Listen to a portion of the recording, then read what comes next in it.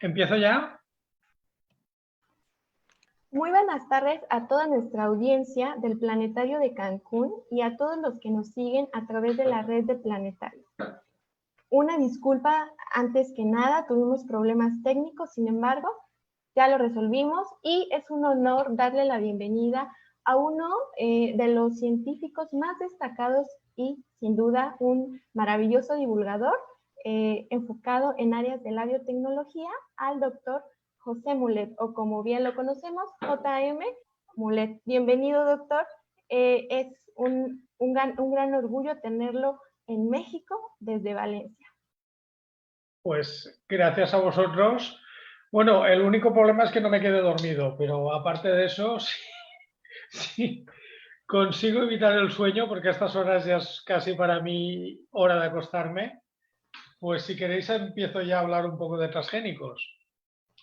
Ok, sí, solo déjenme compartir con nuestro público un poco de su experiencia.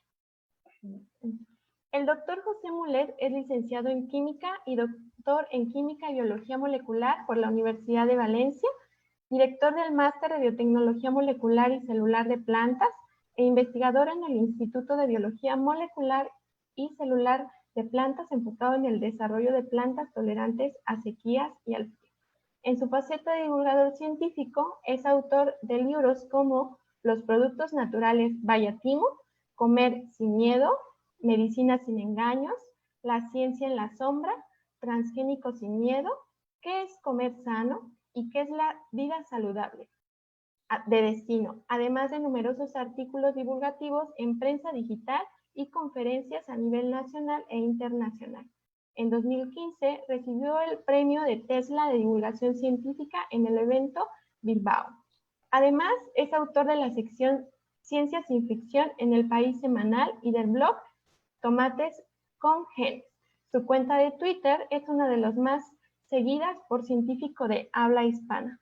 Pues sin más preámbulo, el escenario es todo suyo, doctor. Al finalizar, haremos yo creo una o dos preguntas, considerando su valioso tiempo.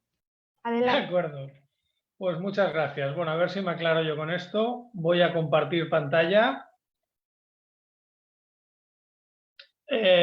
Pum, pum, pum. Parece que no estoy autorizado para compartir pantalla.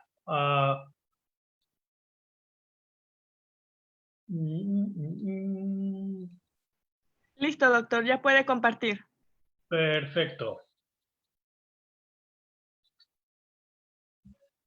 Vale. Bueno, a ver si se lanza la presentación. Vamos a hablar de transgénicos, que creo que es un tema que ahora mismo en México está bastante candente. Ya veremos que en otros países no tanto.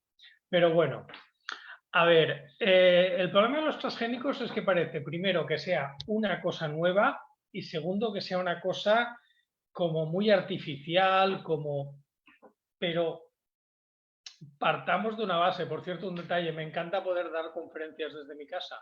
Me ahorro muchas horas de sueño.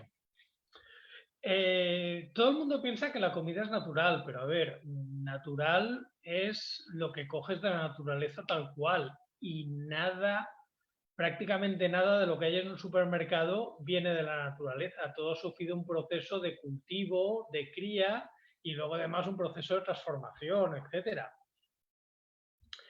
Entonces, pensar que una cosa que te digan no es transgénica es natural, realmente no. No, todo está modificado, criado, cultivado y esto tampoco es que sea muy nuevo. Los mayas ya domesticaron el maíz a partir de una planta silvestre que era el teosinte. Por lo tanto, los mayas, la ingeniería genética se les daba bastante bien. Y nosotros en Valencia hacemos paella, pero el arroz, aquí tenéis un ejemplo de cómo lo hemos modificado. Estos son experimentos en los que se bombardea semillas de arroz con radioactividad y entonces luego se ponen en el campo para ver cuál es más interesante. Aquí veis cómo a partir de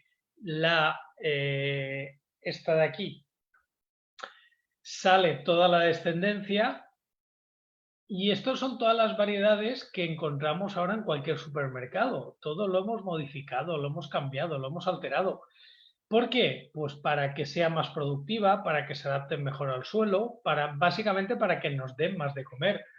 Los antiguos mayas sabéis que utilizaban este sistema de producción que se llamaba la milpa, donde tenían varios cultivos, iban rotando. Eso estaba muy bien, pero ¿qué población había en el antiguo Imperio Maya y qué población hay ahora en México? Si tuvieran que alimentarse a base de milpa, no habría bastante suelo, hay que decirlo. Y de hecho, la caída del Imperio Maya fue debido, parece que ahora ya están bastante de acuerdo, a una sequía muy prolongada. Si en aquella época hubieran tenido métodos agrícolas que pudieran adaptarse a una sequía, pues igual los mayas hubieran conquistado Europa al cabo de unos años, quién sabe. De hecho, si alguien quiere ver cómo es la comida natural, pues esto es el aspecto que tienen los tomates silvestres, bueno, perdón, que estoy hablando para México, jitomates, me lo sé. Los jitomates silvestres que todavía se cultivan en los Andes son lo que veis en la parte superior, que básicamente son una especie de bayas bastante tóxicas, nada que ver con los jitomates actuales.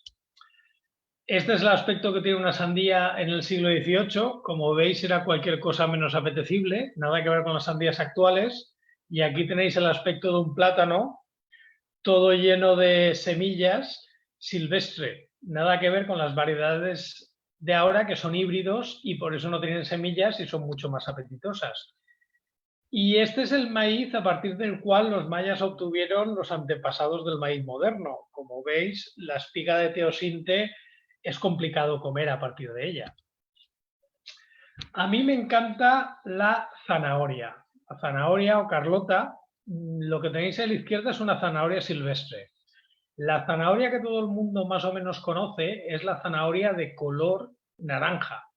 Esta zanahoria, aunque ya existían algunas variedades anteriormente, se popularizó en Holanda en el siglo XVIII como homenaje a la familia real holandesa, que es la familia Orange, porque, a ver, las zanahorias no tienen por qué ser naranjas. De hecho, de la misma forma que pomodoro en Italia significa manzana de oro y es la palabra que se utiliza para el tomate, cuando el tomate no es de oro, es rojo, pero posiblemente las primeras variedades eran amarillas. Zanahoria, la palabra en casi todos los idiomas se utiliza carlota, carrot, que viene del griego, que era carota.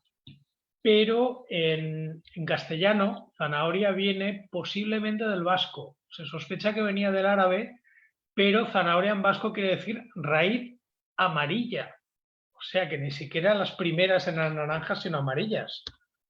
Pero no tienen por qué ser amarillas. Pueden ser púrpuras, pueden ser rojas. De hecho, si te vas a comprarte una zanahoria, puedes elegir el color que quieras porque hemos modificado y hemos seleccionado los problemas que hay en los colores. Y hoy en día comprarse una zanahoria viene a ser pues como elegir un tinte para el pelo. Puedes elegir hasta el tono Pantone que quieres de tu zanahoria.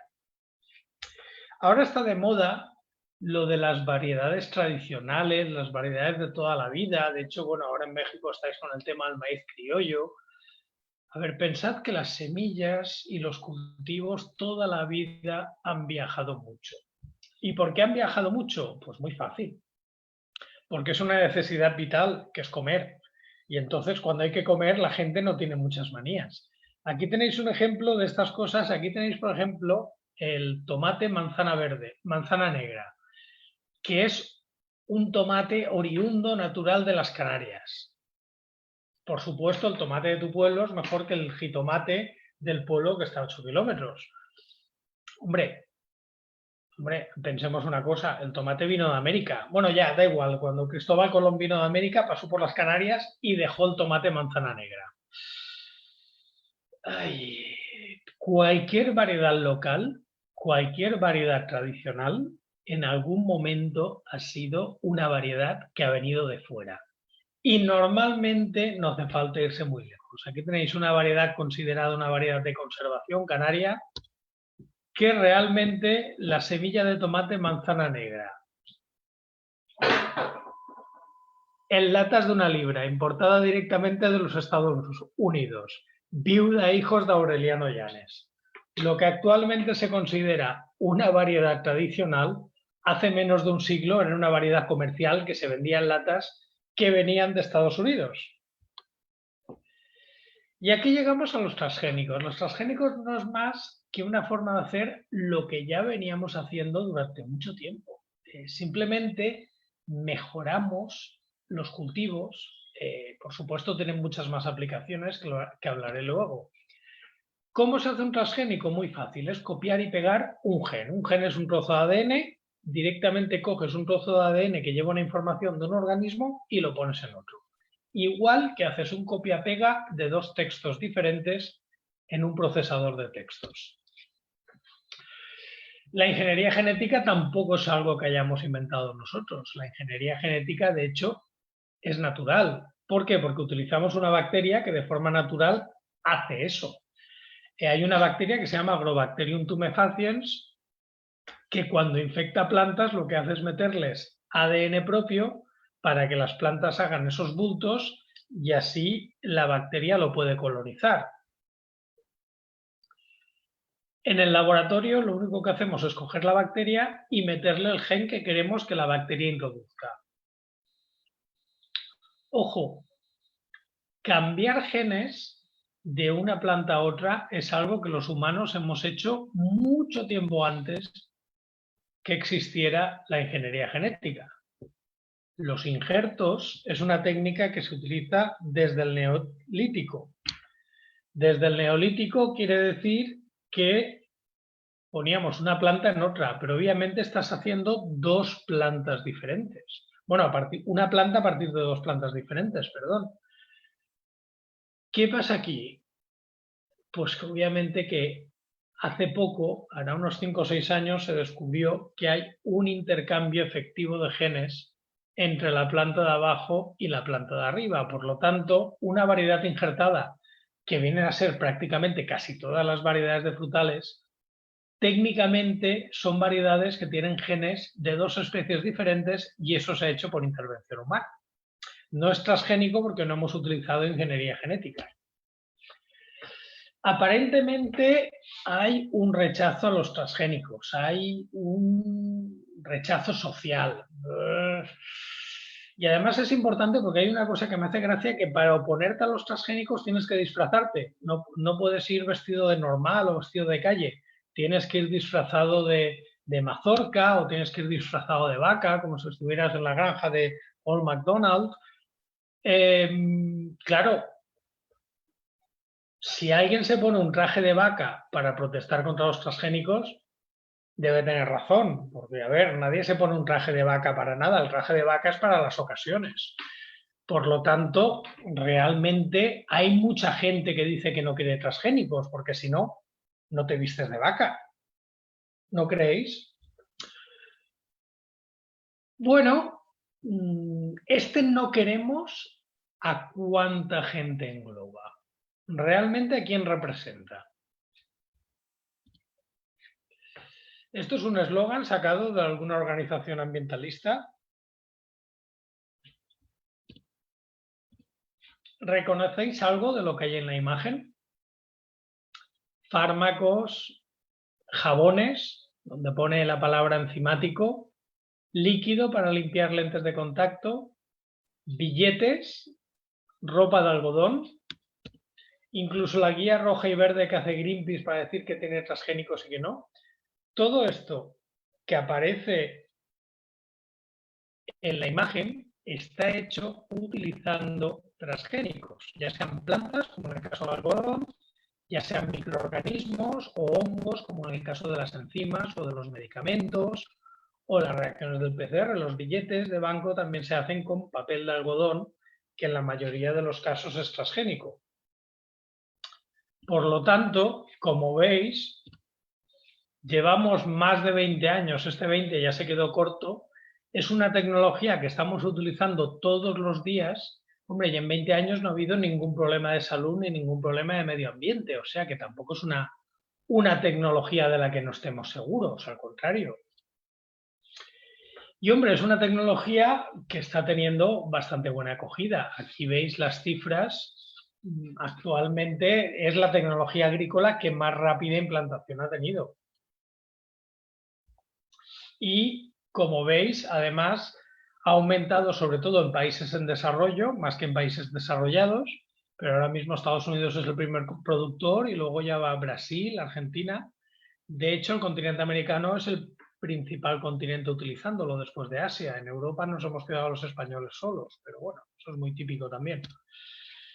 Y ahora mismo, pues el 85% de la soja, el 75% del algodón, bueno, el algodón ha subido, esto es del 2015, en estos 5 años el algodón ya es el 80%, el maíz creo que ya es un 32% y la soja el 25% más o menos.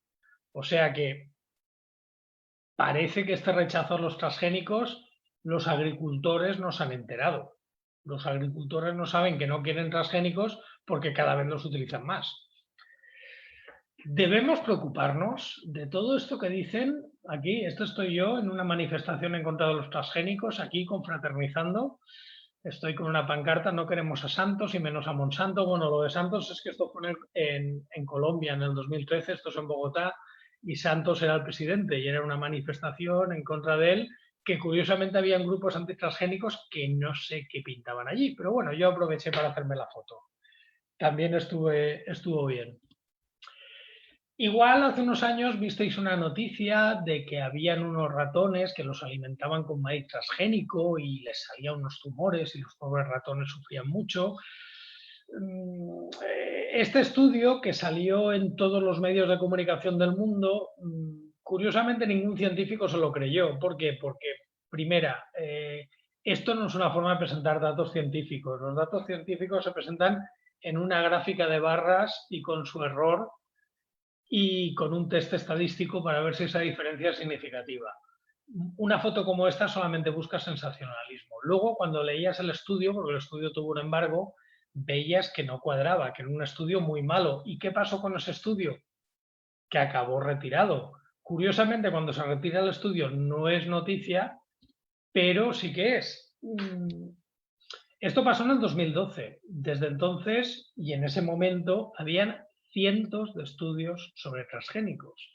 Tenemos revistas especializadas en publicar cosas sobre transgénicos, tenemos un montón de estudios, tenemos aplicaciones. Curiosamente, eso nunca sale en la prensa, pero cuando sale un estudio que dice algo raro, es el que recoge la prensa.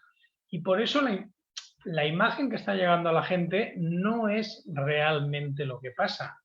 Se da una percepción de falsa seguridad que no es la que hay. De hecho, estamos comiendo transgénicos. A ver, cada país tiene una legislación diferente, pero por ejemplo en México y en Europa hay que etiquetar si un alimento contiene transgénicos. Esto cuesta mucho dinero porque hay que hacer análisis, hay que poner. Bueno, en México creo que todavía no es obligatorio, es opcional. En Europa sí que es obligatorio. La pregunta es, cuando vais al supermercado, ¿vosotros buscáis si en la etiqueta pone contiene maíz transgénico o contiene soja transgénica? Ya os digo yo que por mi experiencia no lo hace casi nadie. O sea que realmente a la gente le importa poco. Luego hay una cosa muy divertida.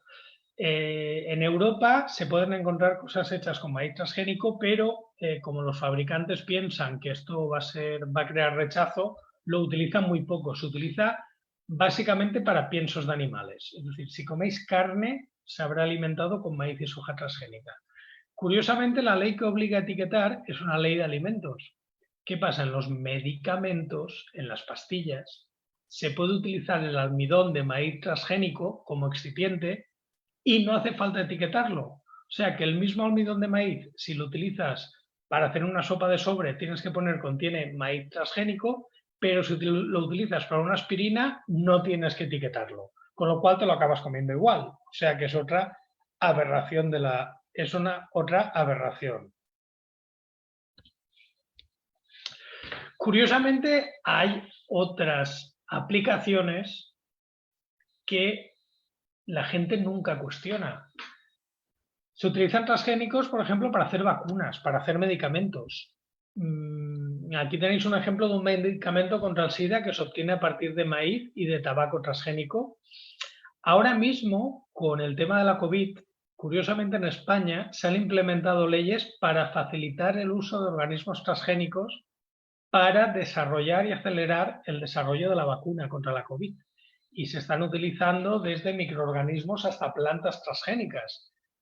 Nadie dice nada. Lo más curioso es que en el gobierno actual en España hay, sabéis que es una coalición entre el Partido Socialista y Podemos, que es un grupo de izquierdas, que sería de cierta forma similar a Morena, aunque con alguna que otra diferencia. Curiosamente, con este partido en el poder es cuando se han acelerado todas las leyes para los transgénicos, cuando este partido oficialmente era antitransgénicos. ¿Por qué? Porque hace falta. Porque es una tecnología a la que no podemos renunciar. Y en el periodo de 3 meses hemos visto cómo se han levantado muchos vetos a la investigación en transgénicos. No descarto que en México pase lo mismo, porque es lo que está pasando aquí. ¿De dónde surge este miedo? ¿De dónde surge este rechazo? Este rechazo es bastante conocido y viene por unas circunstancias muy puntuales, que fue a finales de los 90 que la primera empresa que tenía la tecnología desarrollada para utilización en agricultura fue Monsanto, que era una empresa americana. Los grupos ecologistas en Europa y algún partido verde, el alemán, empezó a hacer ruido y las empresas europeas no dijeron nada, no se opusieron a este ruido en contra de los transgénicos. ¿Por qué? Pues porque les venía muy bien proteger el mercado de una empresa americana que tenía una tecnología contra la que ellos no podían luchar, porque era una tecnología que ellos todavía no habían desarrollado. Entonces se juntan por una parte el activismo y por otra parte la inhibición de las empresas europeas. Y hay un tercer factor, porque esta campaña perfectamente podría no haber triunfado, que es la crisis de las vacas locas en los años 90, que no tiene nada que ver con los transgénicos, pero la gente asocia y lo utilizan los grupos ecologistas para meter miedo. Y ese miedo se ha aprovechado y ese miedo fue el que hizo que la campaña antitransgénicos triunfe cuando no tuvo nada que ver con las vacas locas. Podía haber pasado perfectamente que esta campaña se hubiera olvidado. Por ejemplo, año 2008, Greenpeace lanza una campaña en contra del iPhone. Llama a boicotear los iPhones porque están hechos con materiales muy raros, muy escasos y muy complicados de reciclar. Entonces dice que el iPhone es un atentado contra el medio ambiente. ¿Alguien se acuerda de esta campaña? Cuando os habéis comprado un teléfono celular, ¿habéis pensado en, no sé, no comprarlo por un tema ambiental? Bueno, no os preocupéis porque esta campaña se la ha olvidado a todo el mundo, incluso a Greenpeace, que 10 años después nombró a Apple la compañía tecnológica más verde del mundo cuando sigue fabricando sus iPhones igual que los fabricaba en el 2007. O sea que estas cosas cambian muy rápido. Y otra cosa es que este debate en contra de los transgénicos, como estamos viendo, no ha sido algo que haya ido de la población hacia los políticos, sino más bien ha sido al revés. Ha sido algo que ha sido impuesto por los políticos hacia la población. A la población realmente nunca le ha interesado este debate. Ya os he puesto un ejemplo, que es el tema de que nadie mira la etiqueta, incluso en países donde es obligatorio que la lleven. Pero os puedo poner otro ejemplo más matemático, más objetivo. A ver, vamos a ir al único sitio donde todo el mundo siempre dice la verdad. ¿Se os ocurre dónde es donde todo el mundo siempre dice la verdad y cuenta todos sus secretos? Google. Supongo que todos sabéis que cualquier búsqueda que hagáis en Google queda registrada. Y todos sabéis que como tenéis abierta la sesión, porque todos tenéis cuenta de Gmail o tal, Google sabe perfectamente todo lo que estás buscando y tiene la mala costumbre de almacenarlo, porque de hecho así se financia Google, vendiendo datos. Lo bueno es que esos datos también se pueden consultar. No hace falta que vayas a ninguna parte, simplemente hay aplicaciones como Google Trends que te permiten consultar datos. ¿Realmente la gente está interesada en comer orgánico o en comer ecológico? Pues como veis, el término de busca poquito a poco va cayendo. No parece que sea una cosa que le mate. ¿La gente le dan miedo a los transgénicos? Pues estamos en lo mismo. Cada vez a la gente le interesa menos el tema de los transgénicos, porque cada vez lo buscan menos en Google. Y está cayendo desde principios del año 2000. O sea que es un tema que no se puede considerar que sea un hot topic, que se llama. Y de hecho, si miramos,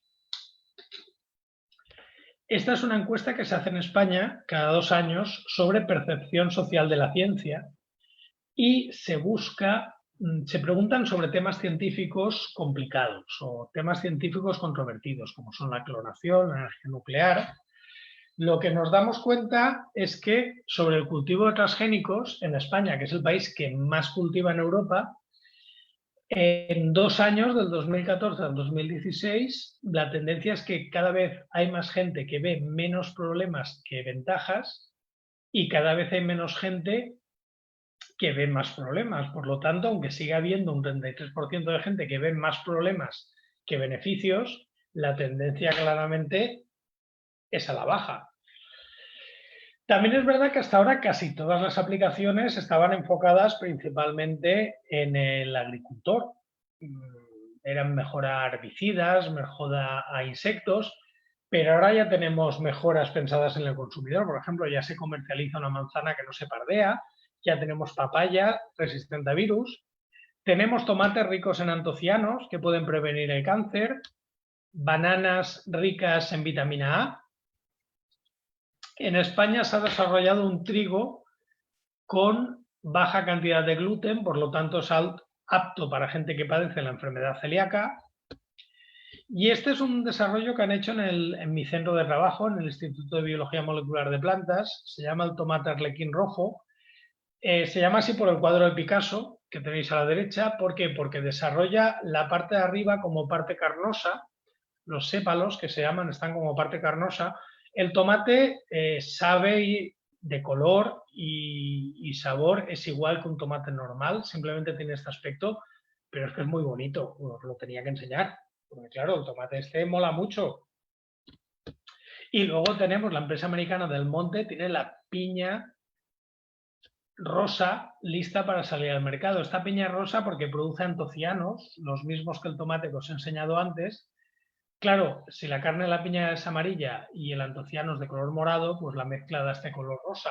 Se supone que esta piña tiene muchos más antioxidantes, es más sana, pero a los niños les va a encantar. ¿Por qué es más sana? No, porque es rosa. A ver, ¿quién no querría comerse un zumo de piña rosa?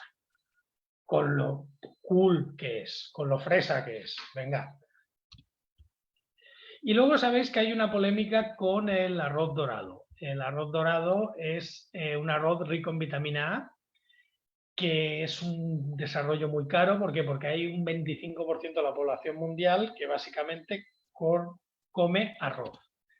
Este arroz ya existe, ha tenido mucha oposición de grupos ambientalistas, pero no hace falta que os diga lo que opino porque ya lo han dicho por mí. A ver, un arroz que está libre de patente, que se cede libremente en los países donde hace falta.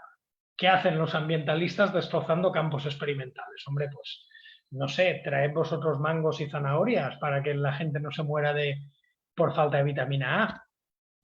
Y de hecho el arroz dorado ni siquiera es el último. Ya tenemos arroz morado con M, rico en antocianos. Otra vez la molécula antioxidante. Es que como conocemos la ruta metabólica, es fácil de producirla y ya tenemos arroz que produce antocianos. La gente que es antitransgénica a veces, pues hombre, es bastante divertida. Aquí tenéis, por ejemplo, papel de fumar libre de transgénicos. Y si lo que pones dentro es marihuana orgánica, ya maravilloso. Seguro que es sanísimo. Aquí tenéis también sal libre de transgénicos. Sal, una piedra y te dicen que es libre de transgénicos. Y agua. también tenemos agua sin transgénicos. En fin, habrá que reírse porque no vamos a llorar. Deciros que los transgénicos ya no son la última tecnología, al contrario, son la penúltima. Ahora tenemos el CRISPR. El CRISPR, si antes os he dicho que un transgénico era copiar un gen de un sitio y ponerlo en otro, el CRISPR lo que hace es como cuando estás escribiendo en el procesador de textos, te equivocas, llevas al cursor y corriges. Directamente lo que haces es corregir el propio ADN del organismo. Esta técnica ya se están comercializando, los gringos ya tienen champiñones modificados por CRISPR, que cuando los cortas no se pardean, pero a ver, todo esto va muy rápido. Esto es, por ejemplo, el menú que se sirvió en el Congreso de la Sociedad Europea de Biotecnología y la col que se sirvió era col modificada por CRISPR. El CRISPR tiene dos diferencias básicas respecto al transgénico. Primera, por ley no es un transgénico. ¿Por qué? Porque la definición de transgénico implica poner ADN de fuera. Y en un CRISPR no necesariamente tienes que poner ADN de ningún organismo externo. Por lo tanto, no debería ser considerado transgénico. Y luego tiene otra cosa, un transgénico es muy fácil de analizar. Tenemos métodos de análisis para saber si un organismo es transgénico o no. Un CRISPR, a día de hoy, no podemos distinguir si una nueva variedad de planta o de animal se ha hecho por CRISPR o ha sido una mutación espontánea que ha salido al azar. Por lo tanto, no puedes decir si sobre una nueva variedad has hecho el CRISPR. ¿Me estáis entendiendo lo que he dicho? ¿Leéis entre líneas lo que acabo de decir? Solo deciros que esto va muy rápido. Pues nada, muchas gracias. Esto es todo lo que quería contaros. Espero que os haya gustado. Y no sé si nos va a dar tiempo a alguna pregunta. De momento voy a acabar de compartir la pantalla. Muchas gracias. Y lo que queráis. Muchas gracias, doctor. Excelente presentación. Le envían saludos desde diferentes partes de Latinoamérica, Perú, Uruguay, Paraguay. Excelente información que nos brindan. Tenemos algunas preguntas. Nos pregunta Fernando Pérez. ¿Y mi huerto no existe? Solo necesita el espacio de un auto para tener alimento. Está muy bien. Yo le felicito por tener un huerto. Yo le haría dos preguntas. La primera, desde que tiene el huerto ya no va nunca al supermercado, consigue la autosuficiencia alimentaria. Y la segunda, él es un privilegiado por tener un huerto, pero yo le diría que cogiera un papel y un lápiz. El tamaño de su huerto es el espacio de un auto, que pueden ser 2 metros cuadrados. Ahora multiplica esos 2 metros cuadrados por la población de, por ejemplo, Ciudad de México. ¿Cuánto espacio necesitamos para que todos los habitantes de Ciudad de México tengan un huerto? ¿Y de dónde vamos a sacar ese espacio? Esos son los dos problemas, pero a mí me parece genial tener un huerto. Yo durante una época de mi vida tuve uno, también muy pequeño. Obviamente no sacaba toda mi comida, pero sí que sacaba comida para muchos días. Y es genial, pero claro, tenemos que pensar en que todo el mundo tiene derecho a comer y no todo el mundo tiene un huerto. Exactamente, doctor, viendo diferentes perspectivas que son entornos totalmente diferentes a pesar de que vivimos en un mundo en común. Tenemos otra pregunta que nos dice Andrea. ¿Cómo identificar productos genéticamente modificados o OGMs en el supermercado y cómo interpretarlo?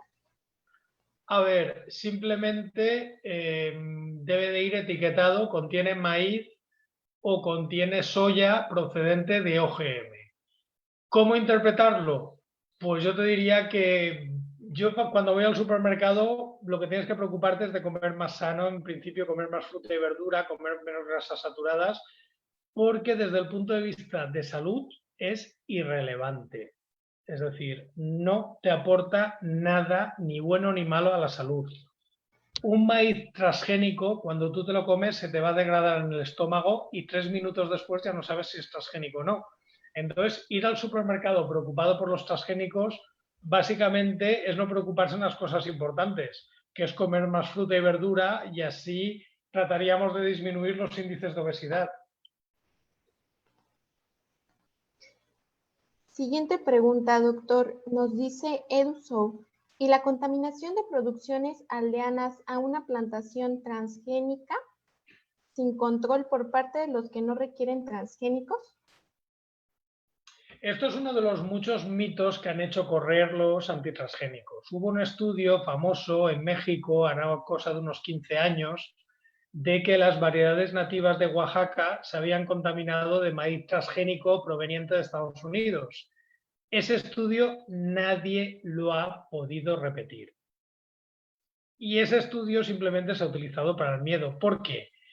Una de las cosas que te pide la normativa de transgénicos es que no puedes sembrar un transgénico si puede hibridar con especies silvestres, con especies nativas.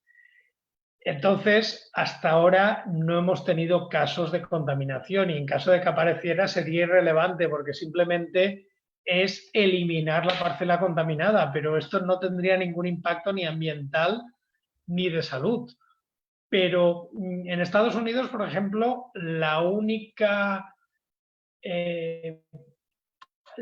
licencia para un transgénico que se ha eliminado ha sido para una remolacha, porque después de autorizada se descubrió que había una especie silvestre que podía hibridar. Curiosamente, esto se hace con los transgénicos, pero no se hace con los no transgénicos. Las especies híbridas, que no son transgénicas, también pueden cruzarse con el maíz criollo, y esto no parece preocuparle a nadie. Muy acertada información, doctor. Ahora, usted en la presentación nos plasmaba un poquito del panorama actual de la regulación de los OGMs. Nos preguntan por aquí, ¿hacia dónde nos dirigimos en el tema de regulación? ¿Qué va a pasar en algunos años y cómo podemos atacarlo desde la sociedad? Pues mira, lo que está pasando es que en Europa el debate empieza a perder vigencia. Ya las organizaciones ambientalistas tienen otros intereses, y el problema es que tenemos un marco legal muy restrictivo. Entonces, no sé, va a ser complicado, pero ahora con el CRISPR tenemos una oportunidad porque el marco legal todavía no está hecho. En México, hombre, es que ahora mismo en México en este tema la situación es muy mala, porque tenéis un gobierno declaradamente en contra, tenéis a Elena Álvarez Huilla, que curiosamente es una muy buena científica en mi campo, y lo más sorprendente es que si tú miras su carrera como científica, ella ha utilizado transgénicos durante toda su carrera, pero curiosamente no quiere que los demás hagan lo que ella hace. Pero bueno, es una cosa que a mí no deja de extrañarme. La situación ahora mismo en México es mala, pero es que es un poco absurdo que en México no se puedan utilizar transgénicos y se estén importando todos los días de Estados Unidos todo el maíz que México no puede producir. Entonces la situación va a ser insostenible. Yo creo que en algún momento habrá que cambiar, porque si no, lo único que puede pasar es lo que pasó en las crisis de las tortillas del año 2006, cuando subió el precio del maíz. Si México cada vez es más dependiente de las importaciones porque no puede sembrar el maíz que está comprando Estados Unidos, pues los propios perjudicados van a ser los mexicanos, que es un poco lo que nos está pasando en Europa, que cada vez somos más dependientes de las importaciones. De hecho, cuando más restringen los transgénicos Europa o México, más felices están Argentina, Brasil y Estados Unidos y China.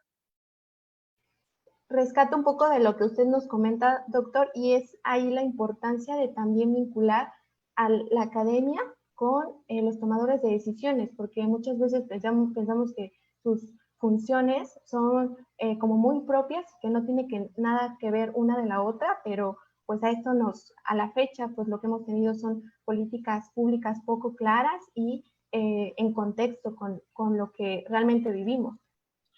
En la academia hay gente sensata y gente que no lo es. Lo importante es que se llegue a un consenso. ¿Por qué? Porque, a ver, de la misma forma que puede haber algún científico que niegue el calentamiento global, sabemos que la mayoría de científicos no lo hacen. El problema es que muchas veces el que dice la voz más alta es el que tiene importancia, pero no representa lo que realmente dice la ciencia en ese aspecto. Por aquí nos pregunta María Mercedes, ¿qué opina de las semillas nativas? ¿Cuál es la definición real de semillas nativas?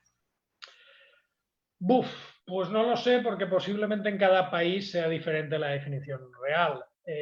Mira, te voy a contar una anécdota sobre semillas nativas, que viene a ser un poco lo que he contado. Tengo un amigo que es experto en genética del jitomate, ¿vale? Ahora en mi región también hay mucho impulso por la agricultura tradicional y por las semillas nativas, en este caso de jitomate. Ten en cuenta que el tomate vino de América y nosotros estamos en Europa, pero da igual, también tenemos semillas nativas de jitomate. Ya, primera peculiaridad. Ahora tenemos herramientas moleculares para definir los genes de las semillas nativas. A ver, hay una forma de ver la mejora genética que hacen las empresas a nivel comercial. Lo que hace es cruzar variedades de jitomate con variedades silvestres para obtener resistencia a enfermedades, resistencia a salinidad, etc. Esto técnicamente se llama una introgresión. Obviamente, un agricultor en su campo no tiene capacidad para irse a Perú o irse a Chile, coger un tomate silvestre y hacer un programa de mejora genética que igual consiste en 4 o 5 años y estar haciendo cruces. Eso son cosas que hacen las empresas para luego vender las semillas. Luego en el genoma se te queda una introgresión, que ves un trozo de ADN que viene de una planta que es un jitomate silvestre, dices, esto lo ha tenido que hacer una empresa de semillas. Bueno, pues cuando se pusieron a catalogar todas las semillas nativas de jitomate tradicional de todos los pueblos, en todas encontraron introgresiones. Es decir, todas las semillas nativas eran semillas que habían comprado una empresa de semillas hacía 20, 30, 40 o 50 años. ¿Qué tuvieron que hacer? Poner una definición que permitía la aparición de introgresiones. Cuando en el momento que aparece una introgresión ya estás diciendo que esto no es algo que ha hecho la gente o el pueblo, esto es algo que ha hecho una empresa y lo ha vendido. Pues con las semillas nativas pasa un poco lo mismo. Son semillas que vienen de muchos años de utilización, digamos que son semillas que hace más tiempo que se venden. Ya está. O hace tiempo que dejaron de venderse. Dejémoslo así. Perfecto, doctor. Ya van a ser las últimas preguntas. Georgina nos dice, ¿cuáles son las instituciones a nivel mundial que lideran la tecnología CRISPR-Cas aplicada en la agricultura y cuáles son los desafíos que enfrentan los transgénicos frente a esta tecnología? A ver, los transgénicos, todo el mundo está con Monsanto, que es una empresa que ya no existe porque la ha comprado Bayer, pero esto nunca ha sido así. Monsanto fue la primera, pero hay muchísimas empresas que tienen variedades de transgénicos comerciales. Empresas y organismos públicos. Incluso en México tenéis organismos públicos muy buenos que hacían tecnología transgénica. Lo que pasa es que ahora se ha parado todo con la nueva política. Con el CRISPR pasa un poco lo mismo. El CRISPR es una técnica que desde el punto de vista técnico es bastante fácil y se puede hacer en cualquier universidad o en cualquier instituto de investigación. Yo mismo en mi laboratorio lo estoy utilizando y que la están haciendo ahora muchísimas empresas. Por lo tanto, es una tecnología, digamos, muy popular. Podría ser un código abierto, que lo puede utilizar cualquiera. Y con los transgénicos, esto no viene en oposición a los transgénicos, no hay que elegir, esto es una herramienta más, de la misma forma que con los transgénicos no se dejó de hacer mejora genética clásica ni se dejaron de hacer cruces. Simplemente lo que tienes es una herramienta más que puede ser útil.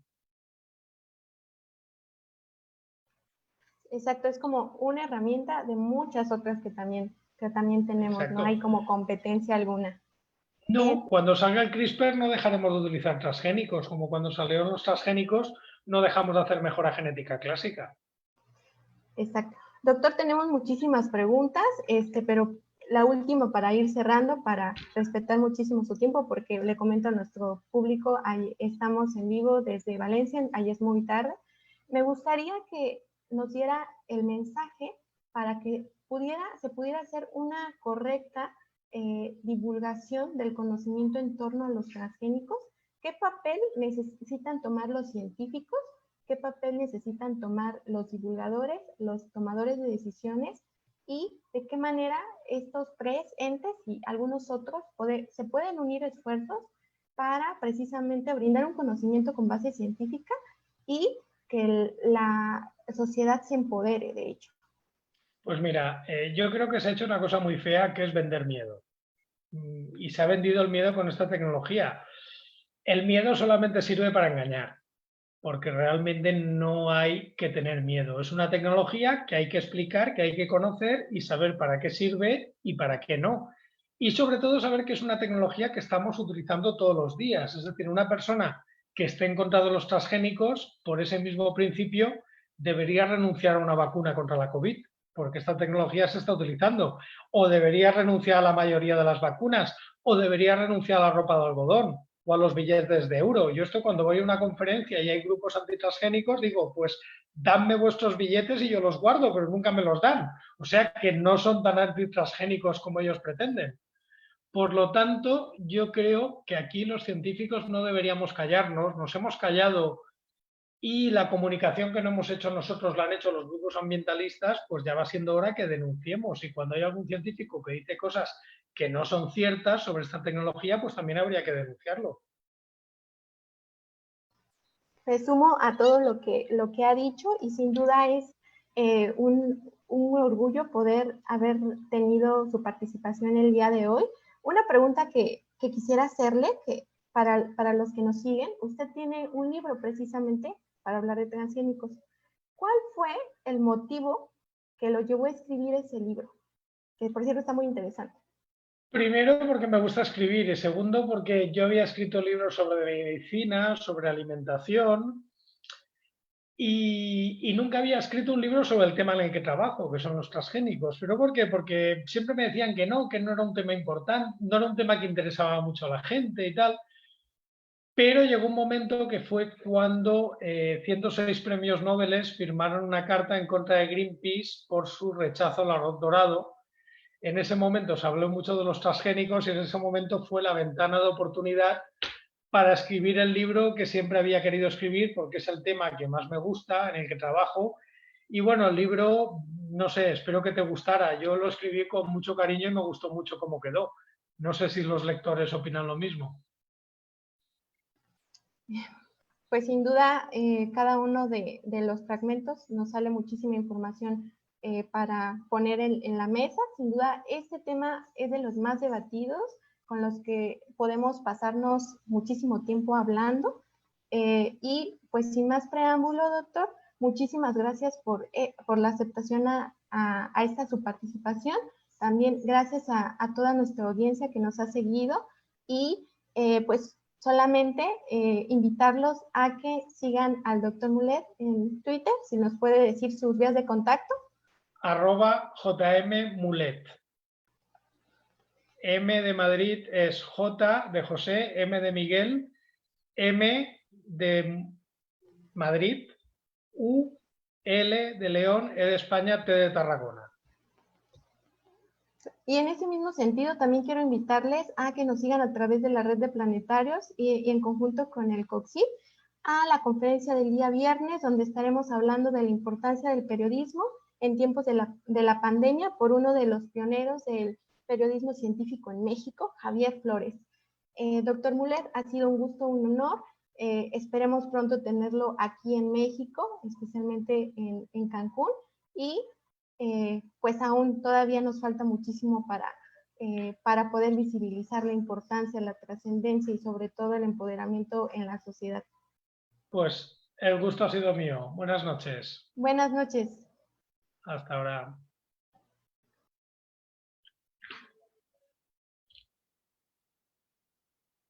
Bueno, buenas noches. Me voy a dormir que ya es tarde. Sé que han habido preguntas por aquí, pero bueno, ya las responderé. Que ninguno son. Venga, hasta ahora.